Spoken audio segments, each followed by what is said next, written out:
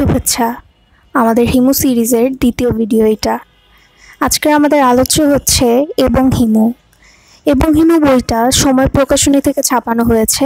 এর মূল্য 180 টাকা। বইটা উৎসর্গ করা হয়েছে ব্রাত্য রাইসুকে। নিচে লেখা, তিনি মাঝে মাঝে হিমুর মতো হাসেন। আচ্ছা, হিমুর মতো তার হাসিও কি অদ্ভুত। তারও নিচে ড্রাইডেনের একটা উক্তি আছে। হাতের কাছে এখন বইটা না থাকায় স্যাডলি আমি সেটা তুলে ধরতে পারছি না। মূল ভিডিওতে যাবার আগে তুমি যদি হিমু সম্পর্কে না জেনে থাকো তাহলে এই সিরিজের প্রথম ভিডিওটা তোমাকে দেখতে হবে। লিংক ডেসক্রিপশনে দেওয়া আছে, সেখানে তার সম্পর্কে মোটামুটি আলোচনা করা হয়েছে। যদিও প্রত্যেকটা বইয়ের সাথে হিমুর ব্যক্তিত্বের নতুন দিক উন্মোচন হয়। শুরু করছি বইটার প্লট দিয়ে। রাত তখন 1টা বাজে। আমরা তো জানি হিমু একজন হন্টক, হাঁটাই তার কাজ।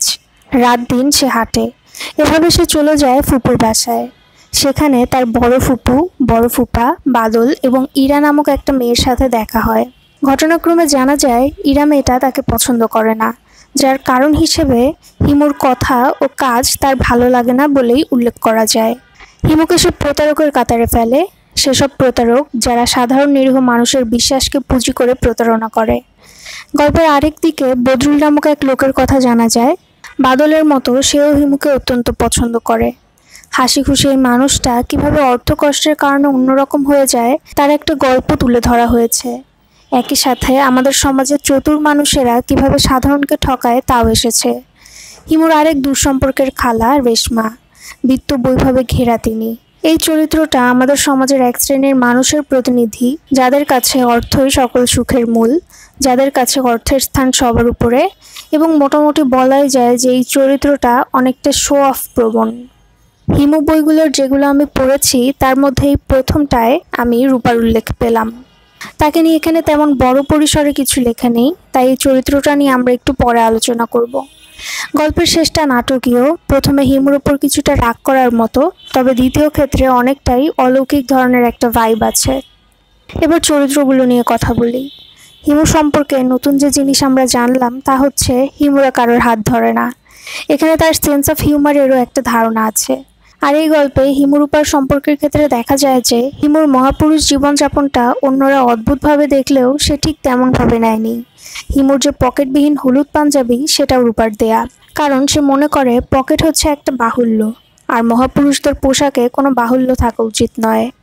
এছাড়াও হিমুর কোনো কথা সে ফেলে না।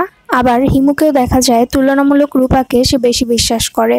যদিও রূপাকে নিয়ে তার চিন্তা ভাবনা নিয়ে আমি পুরোপুরি জানি না, তবে যা মনে হলো অন্যান্য মেয়েদের তুলনায় রূপাকে সে একটু বেশি প্রাধান্য দেয়। বাকি চরিত্রগুলো সম্পর্কে সংক্ষেপে বলবো।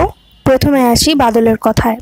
আগের বইটাতেও আমরা জেনেছি বাদল হিমুকে প্রচণ্ড পছন্দ করে, আর বলাই যায় অন্ধভাবে বিশ্বাস করে। হিমুর কোনো কথা সে ফেলে না। মূলত বাদলের ইচ্ছা হিমুর মতো একটা জীবনযাপন করার। ইরা হলো বাদলের দুঃসম্পর্কের বোন। সে ফিজিক্সে পড়ছে, অত্যন্ত মেধাবী।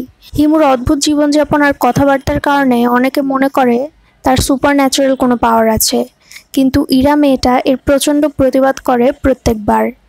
হিমুর সাথে অত্যন্ত রূঢ় আচরণ করলেও গল্পের শেষে তার মাঝে একটা পরিবর্তন লক্ষ্য করা যায়। এছাড়াও গল্পের আরও কিছু চরিত্র এবং এদের সংশ্লিষ্ট ঘটনা থেকে জানা যায় যে হিমুকে তারা শুধু নিজের প্রয়োজনে ব্যবহার করে। আমরা রবীন্দ্রনাথের লেখা শুভা গল্পটা পড়েছিলাম না? প্রতাপকে সবাই নিজের প্রয়োজনে স্পেয়ার পার্সন হিসাবে ব্যবহার করত, অনেকটা তেমনই। এটা দেখে আমার যদিও একটু খারাপ লেগেছে, কিন্তু হিমু এটাকে সেভাবে পাত্তা দেয়নি। সে নিজের ছন্দে চলতে থাকে। লেখার ধরন, এটা আসলে বলার অপেক্ষাই রাখে না। হুমায়ুন আহমেদের লেখা সবসময় সহজ এবং পাঠকের ভেতরে প্রবেশ করার ক্ষমতা রাখে। এবার আসে আমাদের মূল টপিকে, উইচ ইজ দ্য রিভিউ।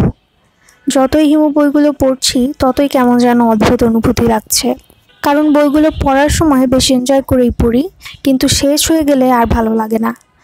এ পর্যন্ত যা বুঝতে পারলাম, আমরা সাধারণত যে সকল উপন্যাস বা সিরিজগুলো পড়ি, বা আমি অন্তত পড়েছি, সবগুলোতেই একটা বইয়ের মোটামুটি গল্পের সমাপ্তি ঘটানোর মতো এন্ডিং থাকে। আবার চাইলে সেটা বড়ও করা যায়, অনেকটা ছোট গল্পের মতো। কিন্তু হিমু সিরিজের বইগুলোতে দেখলাম প্রত্যেকটা বইয়ের এন্ডিং আছে নিশ্চয়ই, কিন্তু সেটা মেনে নেবার মতো প্রপার এন্ডিং না, বরং ইটস মোর লাইক হিমুকে গভীরভাবে জানা, তার আশেপাশের পরিবেশ ও মানুষকে গভীরভাবে জানা।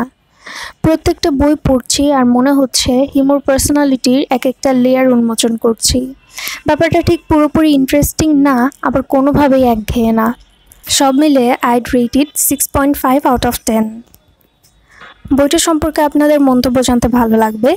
এছাড়াও যে কোনো আলোচনার জন্য কমেন্ট বক্স উন্মুক্ত। আমার ভুল ত্রুটিগুলো ধরিয়ে দিলে খুশি হব। ধন্যবাদ।